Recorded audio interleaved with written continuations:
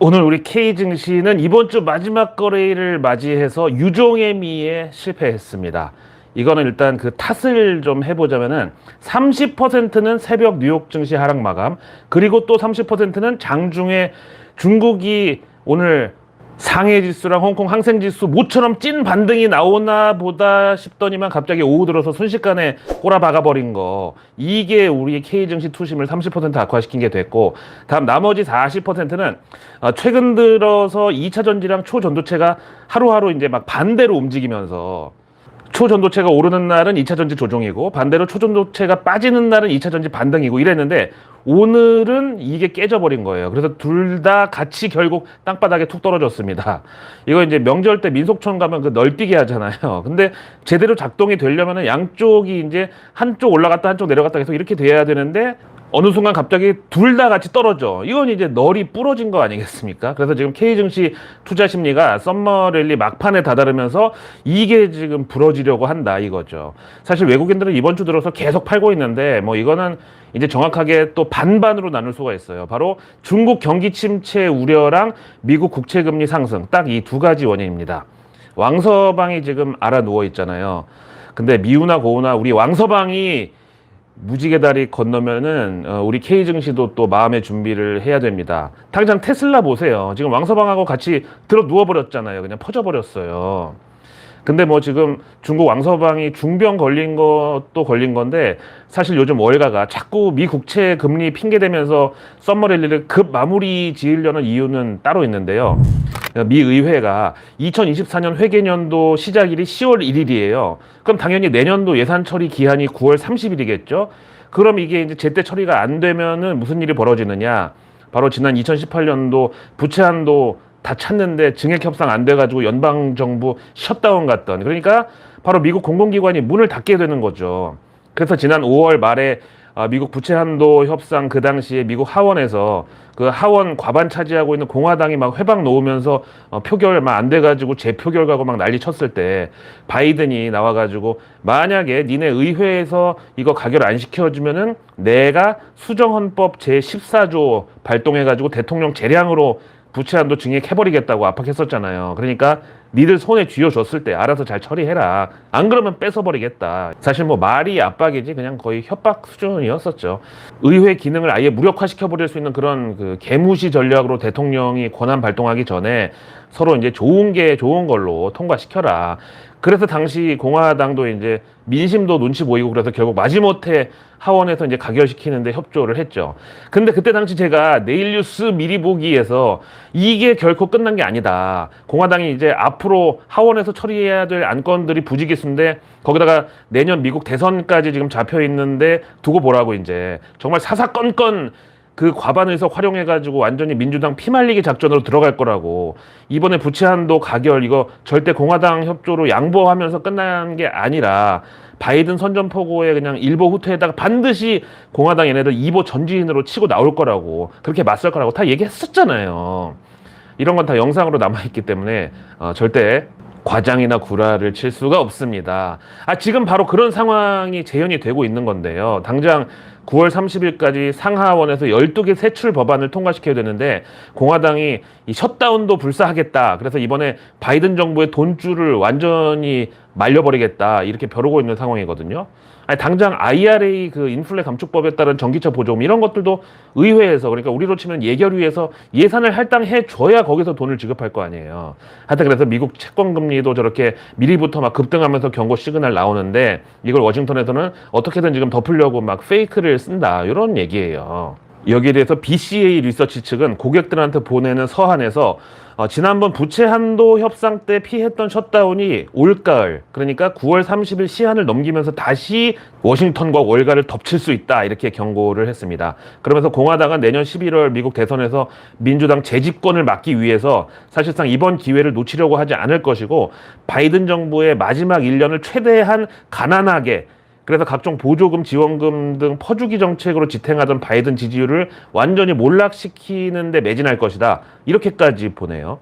그러니까 또 뱅크 오브 아메리카에서는 환장할 시나리오를 들고 나온 게 뭐냐면은, 워싱턴에서 지금 저렇게 미국 경기가 좋아서 시중금리는 더 올라간다는 가정하에 미국채 금리도 오른 게 맞다. 이렇게 얘기하면은 연준 FOMC가 당장 9월은 아니더라도 11월에 추가 금리 인상을 하는 게 적절하다. 이렇게 뱅크 오브 아메리카가 분석을 때렸습니다. 이걸로 이제 달러 강세가 당분간 멈출 수가 없는 게 설명이 되죠.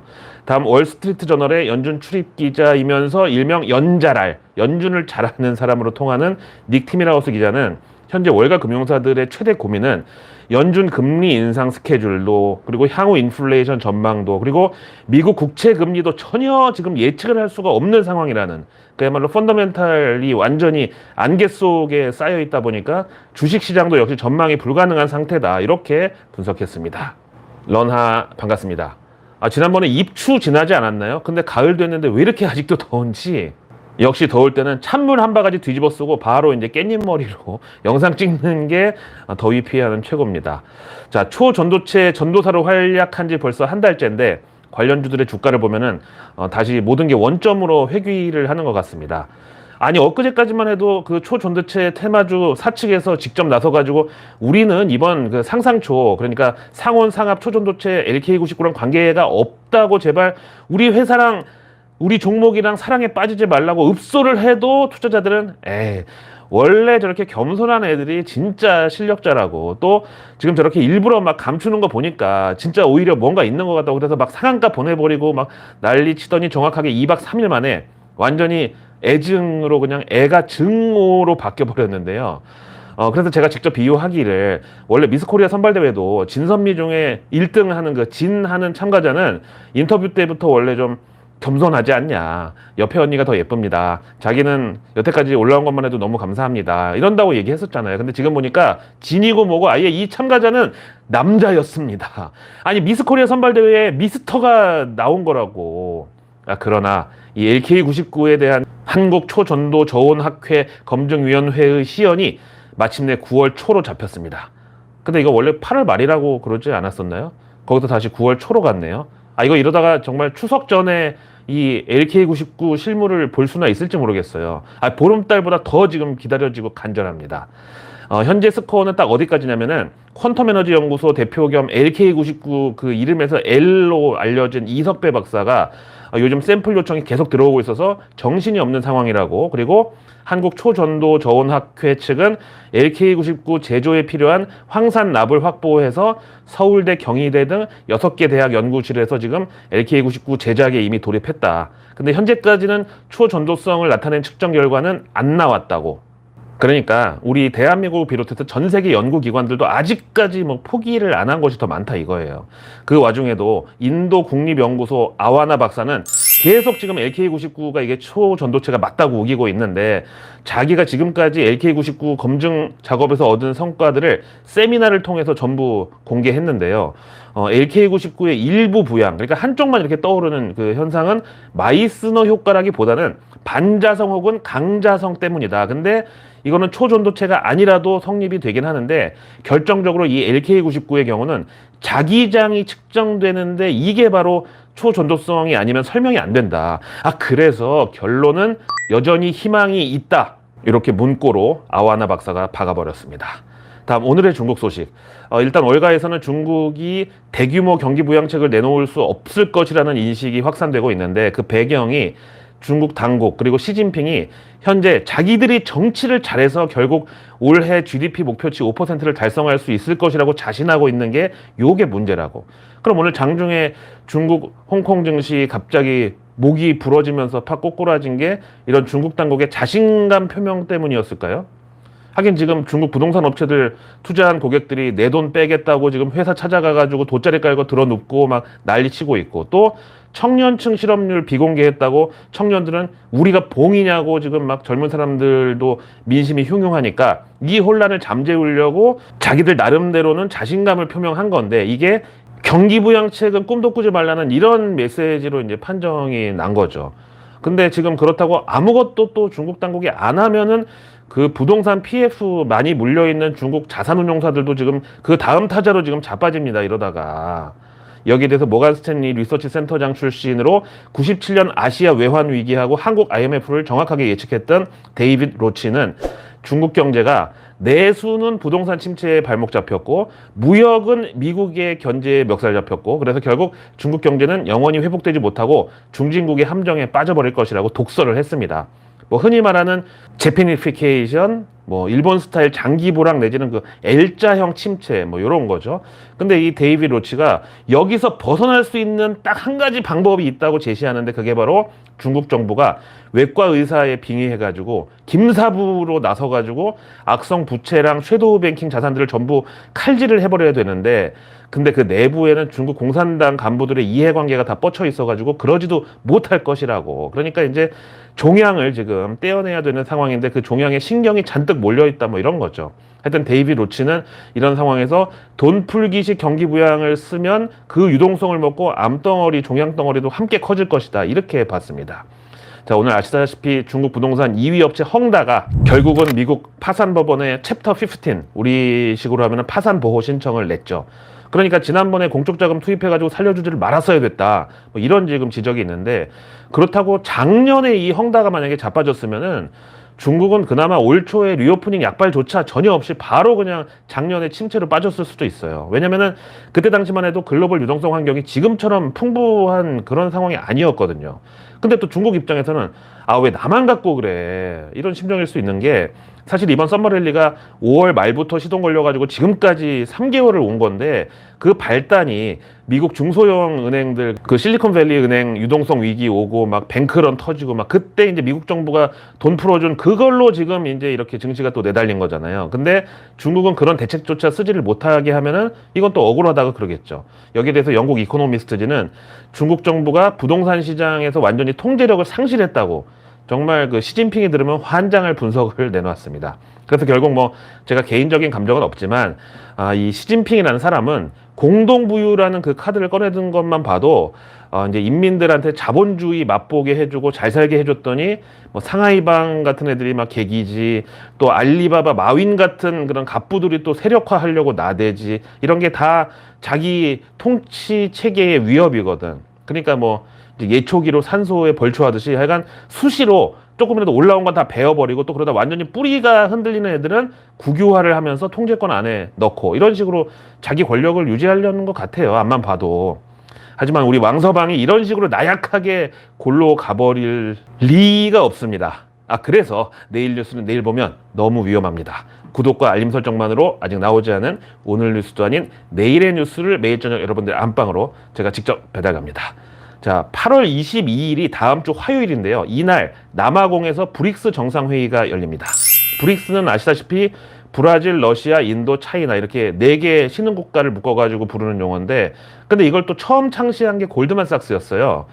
뭐 이미 20년도 넘은 일이지만 하여튼 골드만삭스가 봤을 때도 여기 이 신흥국 4개 국가가 돈 냄새가 진하게 풍기는 그런 시장이었다는 건데 근데 그 브릭스의 브릭은 앞에 말씀드린 그 4개 국가고 뒤에 스는 그냥 복수형으로 썼는데 여기 이 S에 사우스 아프리카가 참여하면서 진짜로 브릭스 5개국이 됐어요. 그래서 이번에 그 정상회의가 열리는 건데 마침 지금 러우 전쟁 때문에 한동안 공식 석상에 안 나타났던 푸틴도 여기 참석을 한대요. 근데 이제 푸틴이 국제형사재판소로부터 체포영장이 발부돼 있어가지고 화상 참여할 가능성도 있다고 그러네요. 근데 이것도 뭐 대단한 거죠. IP 추적하면은 지금 소재지가 노출될 리스크를 본인이 감수하는 거니까. 하여튼 근데 이번 행사에는 이제 브릭스 정상회의라고 이름은 붙여 있지만 반미 성토장이 될 것이다. 이렇게 볼 수 있는데요. 그렇다고 또 그냥 자기들끼리 그냥 얼굴 시뻘개지고 말 거다. 그럼 미국은 지금까지처럼 이 브릭스 정상회의를 그냥 개무시할까? 그렇지 못할 겁니다. 아니 이미 무지하게 신경을 쓰고 있습니다. 그래서 바로 그 전날 21일에 미국 상무장관이 중국을 방문할 일정을 지금 중국 당국하고 비밀리에 조율 중이라고 합니다. 때마침 지금 이 브릭스 기구에 동참 의사를 밝힌 나라가 사우디, 아르헨티나, 이란 등 해서 23개 국가에 이른다고 해요. 그래서 지금 때가 때이니만큼 저는 다음 주 화요일 이 브릭스 정상회의에서 바이든이 정말 공중제비를 돌 정도로 환장할 뭔가 센 거 하나가 나올 것으로 지금 예상을 합니다. 그게 뭐냐면 바로 브릭스 통화 출범 이렇게 예상하는데 본격적인 탈달러 연대로 이 브릭스를 활용해가지고 자체 통화 화폐를 만드는 거죠. 그럼 그 선봉장에 바로 중국 시진핑이 나설 겁니다.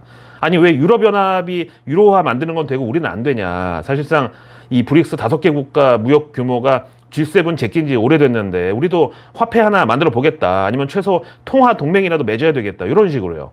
근데 여기서 더 나아가면은 이제 중국 인민은행의 전 세계 그 어떤 중앙은행보다도 더 서두르고 있는 CBDC, 즉 디지털 위안화, 이런 형태가 급진적으로 나올 수 있다고 봐요. 그럼 우리 증시에서도 그 관련주들이 이제 또 즉각적으로 반응이 오겠죠.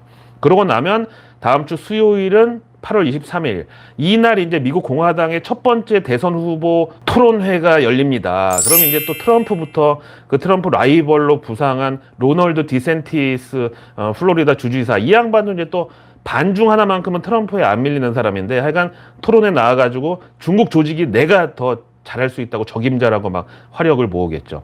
그러고 나면 또 바로 다음날 24일 목요일에 연준 잭슨홀 미팅이 열리고, 마침 그날 목요일 새벽에는 또 전 세계가 지금 주목하고 있는 엔비디아의 실적 발표가 잡혀 있습니다. 여기에 AI 관련주들, 반도체 관련주들은 물론이고 이번 썸머릴리의 사실상 최종 병기가 될 것이라는 전망입니다. 자, 이번 한 주도 정말 고생 많으셨고요. 저는 매일 저녁 7시 내일 뉴스 미리 보기, 그리고 매주 월요일 저녁 8시에는 라이브로 아예 일주일치 뉴스를 통째로 미리 전해드리는 한 주 뉴스 미리 보기, 이렇게 인사드리겠습니다. 고맙습니다.